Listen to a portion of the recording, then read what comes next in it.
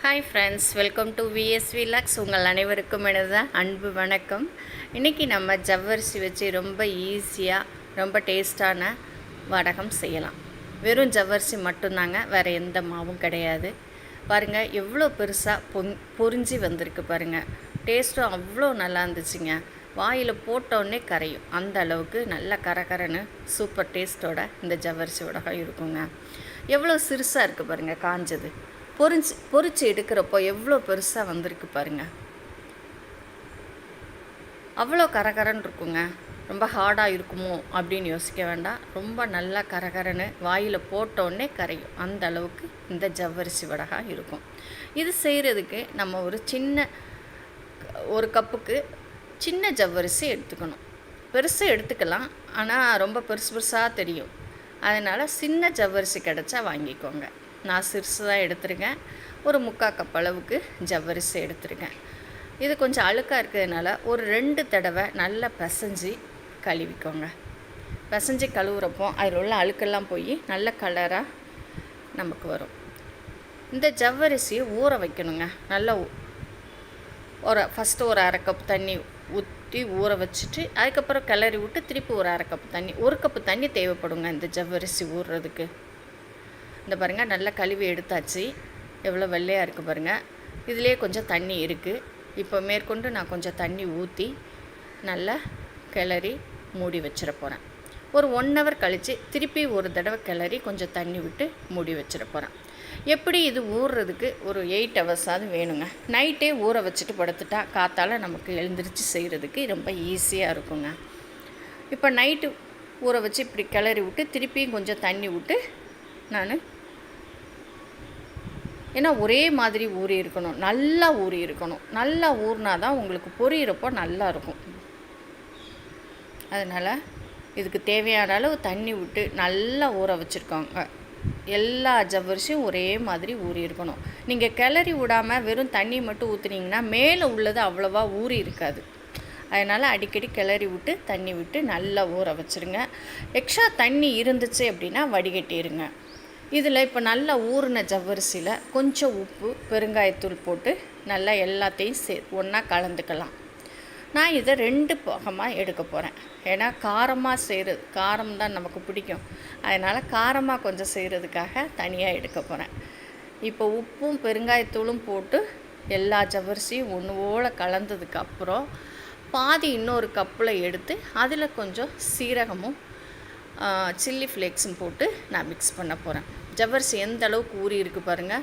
நல்லா இப்படி கில்லுனா அது உடையணும், அந்த அளவுக்கு ஊறி இருக்கணும். ஊறினா தான் உங்களுக்கு பொரிஞ்சு வர்றப்போ நல்லாயிருக்கும். இப்போ அதை பாதியாக நான் எடுத்துக்க போகிறேன். இதில் சீரகமும் சில்லி ஃப்ளேக்ஸும் போட்டு நான் மிக்ஸ் பண்ணிக்க போகிறேன். உங்களுக்கு வெறுமனே ஜவ்வரிசி வடை மட்டும் போதுனாலும் அப்படி வச்சுக்கலாம். சீரகம் சில்லி ஃப்ளேக்ஸ் போடுறப்போ நமக்கு ரொம்ப டேஸ்ட்டாக நல்லா சாப்பாடோட சாப்பிட்றதுக்கு ரொம்ப அருமையாக இருக்குங்க. அதனால் நான் 2ஆக எடுத்து செய்கிறேன். இதை இப்படியும் நல்லா கலந்துட்டு நம்ம இட்லி பாத்திரத்தில் தான் வேக வச்சு எடுக்க போகிறோம். ரொம்ப ஈஸியாக முடிஞ்சிடும் வேலையும் நமக்கு. நல்லா கலந்தாச்சு. இப்போ இட்லி தட்டில் கொஞ்சம் எண்ணெய் விட்டு அதை நல்லா தடவிக்கிட்டு அப்போ தான் எடுக்கிறதுக்கு ஈஸியாக இருக்கும். நம்ம வேக வச்சு எடுக்கிறப்போ ஈஸியாக எடுக்க முடியும். எல்லா தட்டுலேயும் தடவிட்டு அதுக்கப்புறம் நம்ம கலந்து வச்சுருக்கிறத எல்லா தட்டுலேயும் ஒன்று போல் எத்தனை தட்டு இருக்கோ எல்லா தட்டுலேயும் நம்ம ஊற்றி இட்லி வேக வச்ச மாதிரி வேக வச்சு எடுக்க வேண்டியதாங்க. நான் காரம் தனியாக, ஒயிட்டாக தனியாக 2 தனித்தனியாக வச்சுக்கிட்டு வேக வச்சேன். இப்போ காரம் போட்டிருக்கேன். இப்போது தனியாக ஒயிட் மட்டும் எதுவுமே போடாமல் பெருங்காயத்தூள் உப்பு மட்டும் போட்டு அதை கலந்து வச்சுருந்தேன் இல்லையா, அதையும் ஒரு தட்டில் இப்படி மாற்றி மாற்றி எல்லா தட்டுலேயும் ஊற்றி நம்ம இப்போ வேக வைக்கலாம். இதை நல்லா அந்த தட்டோட அகலம் வரைக்கும் நல்லா இப்படி ஸ்ப்ரெட் பண்ணி விடுங்க. ஒவ்வொன்றும் மேலே மேலே இருக்காமல் எல்லாத்தையும் ஈவனாக நல்லா இப்படி ஸ்ப்ரெட் பண்ணி விட்டிங்கன்னா தான் நல்லா அகலமாக கிடைக்கும். இல்லைன்னா கும்பலாக இருக்கும். இந்த மாதிரி எல்லா தட்டுலேயும் ஊற்றி ஸ்ப்ரெட் பண்ணி விட்டு நல்லா வேக வச்சு ஹையில் வச்சு ஒரு 10 நிமிஷத்தில் அது வெந்துருங்க. வெந்த உடனே நல்ல ஒரு ஷைனிங்காக இருக்கும் பார்க்குறதுக்கு. உங்களுக்கு அதை காட்டுறேன் நான். ரொம்ப ரொம்ப ஈஸியாக செய்கிற வடகம் தான். ஒரு 10 நிமிஷம் போகும். வேகிற டைம் ரொம்பலாம் பிடிக்காது. இப்போ நம்ம வெந்துருச்சான்னு பார்க்கலாம்.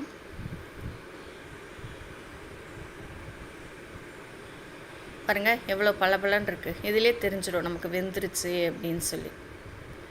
இது எல்லாத்தையும் எடுத்து வெளியே வச்சு நல்லா ஆறுனதுக்கப்புறம் எடுக்கிறப்போ ஈஸியாக நமக்கு தட்டிலேருந்து வடகம் வந்துடுங்க. அதை நம்ம ஒரு சாக்கு, அரிசி சாக்கு இருக்குது இல்லையா, இது வந்து பாலித்தீன் கவரில் தான் காய வைக்கணுங்க. துணியில் காய வச்சா ஒட்டிக்கும். திருப்பி போட்டு காய வைக்கிறதுக்கு ரொம்ப சிரமமாக இருக்கும். அதனால் பாலித்தீன் கவர் இல்லைன்னா அரிசி சாக்கை தான் நான் கட் பண்ணி போட்டு காய வைக்க போகிறேன்.